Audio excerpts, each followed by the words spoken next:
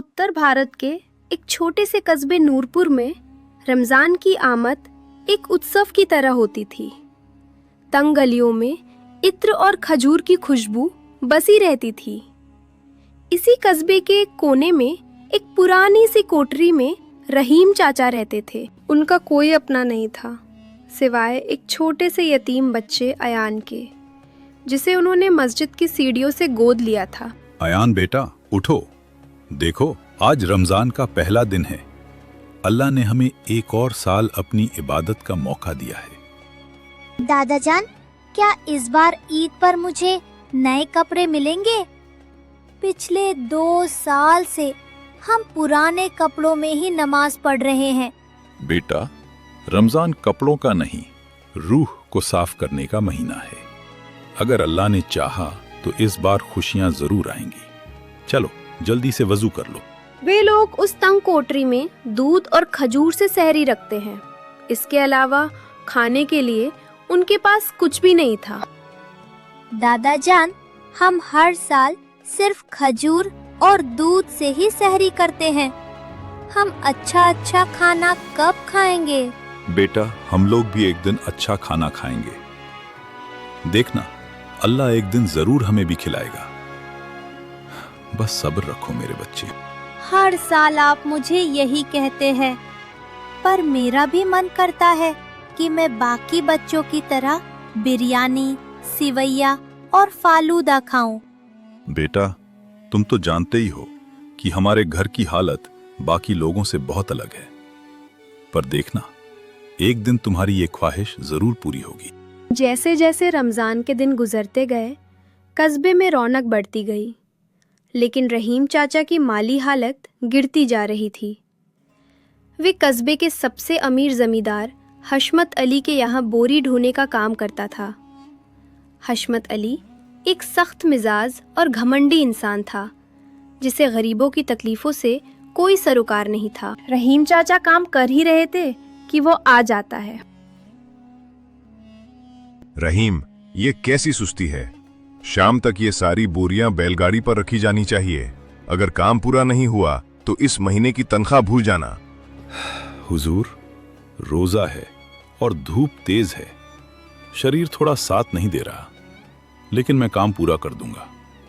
बस इफ्तार के वक्त थोड़ी जल्दी जाने की इजाजत दे दें।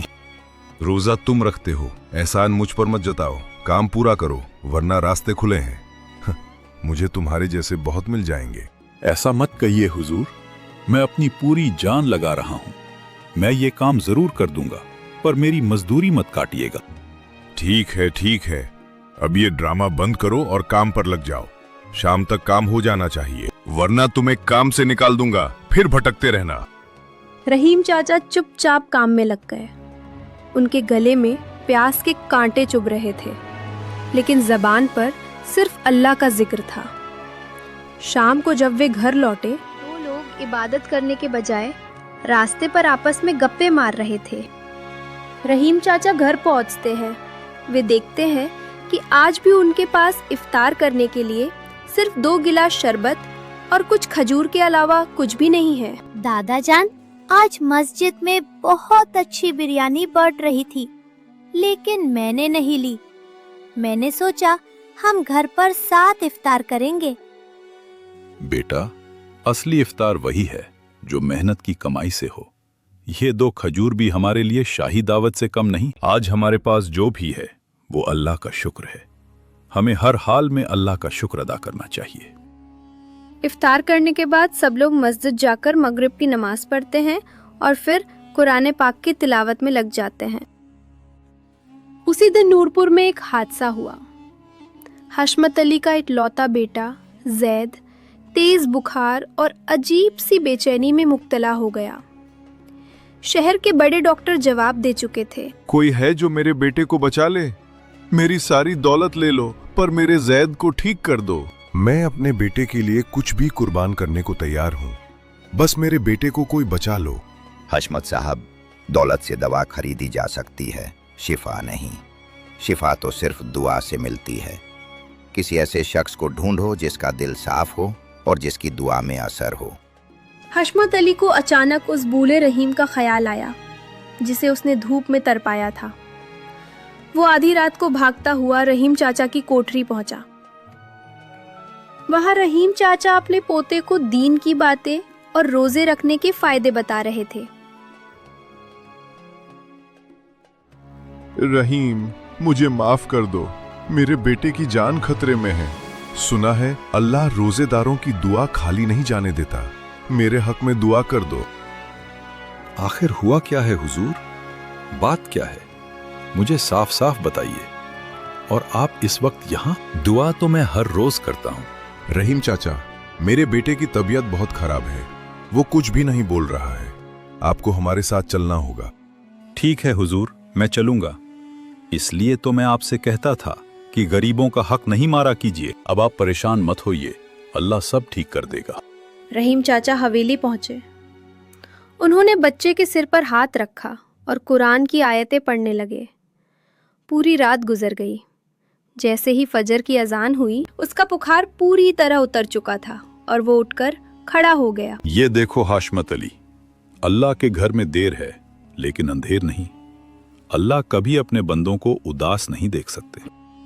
आप बिल्कुल सही कह रहे हैं रहीम चाचा।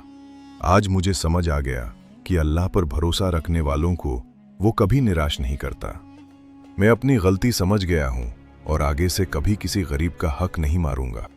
उसके बाद रहीम चाचा मस्जिद जाके नमाज पढ़ते हैं। आयान बाजार जाता है। वहाँ वो देखता है कि जीनत इफ्तार लेकर कहीं जा रही होती है। आयान, तुम अकेले बाजार में क्या कर रहे हो? क्या तुम्हारे अब्बू भी आए हैं? नहीं जीनत बाजी, मैं अकेला ही आया हूँ। सोचा बाजार घूम आऊं। आप कहाँ जा रही हैं? मैं इलियास चाचा के घर इफ्तार देने जा रही हूँ आयान। उनके घर इफ्तार बनाने वाला कोई नहीं है, इसलिए अम्मी ने उनके लिए इफ्तार भेजी है। अच्छा बाजी, क्या आप रोज इलियास चाचा के घर इफ्तार देती है? क्या आपको रोज जाना पड़ता है? हाँ बाबू, मैं रोज जाती हूँ। उनके यहाँ कोई नहीं है। रमजान में हमें गरीबों की मदद करनी चाहिए, इससे हमारी नेकियां बढ़ती हैं। ये रमजान का महीना हमारे लिए इबादत और बरकत का महीना है। ठीक है, अब मैं जाती हूँ। मेरे अजीजों, रमजान जा रहा है। हमने क्या सीखा? क्या हमने सिर्फ भूखा रहना सीखा या दूसरों का दर्द बांटना?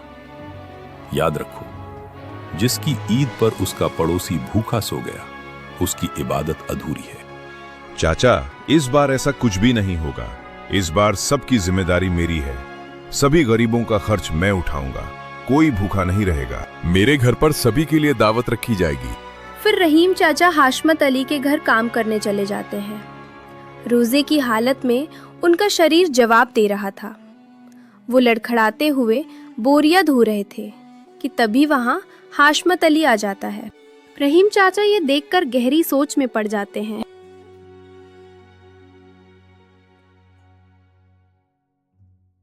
रहीम भाई, ये आपके काम के पैसे नहीं, ये मेरा छोटा सा तोहफा है। और हाँ, आज से आप मेरे बाग के मजदूर नहीं बल्कि मेरे साझीदार हैं। हशमत साहब, अल्लाह ने मुझे उतना दे दिया जितना मुझे चाहिए था। ये पैसे उन बच्चों के लिए इस्तेमाल कीजिए जिनके पास ईद मनाने का कोई जरिया नहीं। ठीक है रहीम भाई, अगर आपका यही कहना है तो आज आपकी सभी की इफ्तार दावत हमारे यहाँ होगी। आप अपने पोते आयान के साथ जरूर आइएगा। इफ्तार का वक्त होता है तो सब लोग हाशमत अली के घर जाते हैं। उन्होंने गांव के बहुत से लोगों को दावत दी थी। सब लोग इफ्तार के लिए बैठ जाते हैं। हाशमत अली भी वहां बैठे होते हैं। उन्होंने आज बहुत सी इफ्तार की चीजें बनवाई थी। वाह वाह वाह दादा जान, इफ्तारी में कितनी सारी चीजें हैं। मैंने इतनी सारी चीजें एक साथ कभी नहीं देखी। देखिए ना, कितनी सारी पकौड़ी, फल, इमरती और ठंडा शरबत रखा हुआ है। इतना सब देखकर मेरा दिल खुश हो गया। सच में बहुत मजा आ गया। बेटा, ये सब हमारे हाशमत अली की मेहरबानी है। उन्होंने ही हम सभी गांव वालों को दावत दी है। हाँ दादा जान, अगर रोज हमारा भी इसी तरह इंतजाम हो जाए तो कितनी अच्छी बात होगी। या अल्लाह, हमें भी रोज इसी तरह की इफ्तार अता फरमाना। या अल्लाह, मुझे तो पता ही नहीं था कि इतने सारे लोग हर रोज इफ्तार का इंतजार करते हैं। या अल्लाह, मुझे हर रोज इनके घर घर जाकर इफ्तार देने की तौफीक अता फरमा। अरे दादा जान, वो देखो रमेश चाचा, ये यहाँ क्या कर रहे हैं? ये तो हिंदू है ना? क्या इन्होंने भी रोजा रखा है?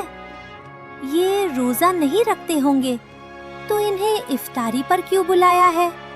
अरे बेटा, ये हिंदू हो या मुसलमान, हमें एक दूसरे के साथ मिलकर रहना चाहिए।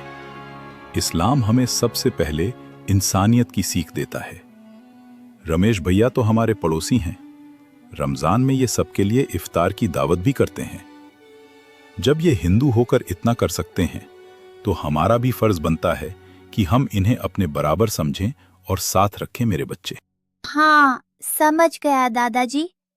इंसानियत ही सबसे ऊपर है और हमें आपस में मिलकर रहना चाहिए। सब लोग अजान सुनकर अपना रोजा खोलते हैं और इस तरह रमजान में सब लोग आपस में प्यार और मोहब्बत बांटते हुए खुशी खुशी रहने लगते हैं।